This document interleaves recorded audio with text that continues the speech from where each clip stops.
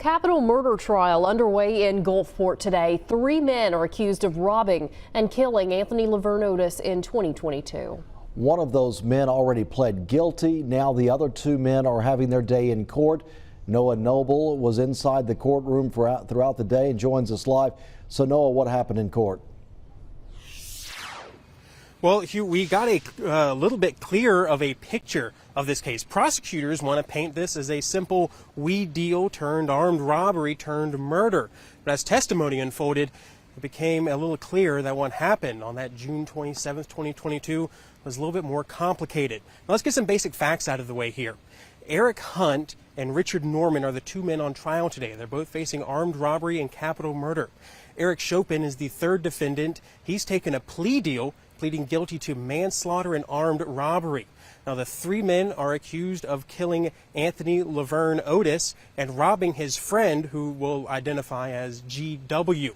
Now, Chopin, the 3rd defendant who pled guilty, is the one who actually took the stand today. And he says on that day, the 3 defendants made an agreement with Otis and GW to sell them weed. Now, later that day, when the 3 defendants met up with Otis and GW, Norman got out of the Dodge Challenger that was being driven by Hunt. Chopin says he was in the back seat. So when Norman got out of the Dodge Challenger, he went over to Otis's vehicle. GW, Otis's friends, got out of Otis's vehicle and went into the Dodge Challenger. That's when Chopin says that GW claimed to not have enough money. He then got out of that Dodge Challenger. Hunt and Chopin apparently chased after him. Both of them had handguns. Chopin says that GW was asking Otis for a handgun, but at the same time, Otis and Norman were fighting over a gun themselves. Chopin says that GW gave up money in his phone, and then Hunt went over to the driver's side of Otis's vehicle and pulled the trigger, firing 1 shot, and that shot ended up killing Otis.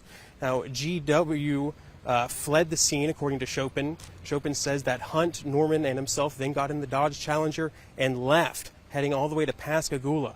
Over the next few days, a police investigation was underway, and the 3 men ended up being arrested. Now, at the time of this murder, Eric Chopin was 15 years old, and that's why we didn't name him initially. But now he's 18, so we are naming him now.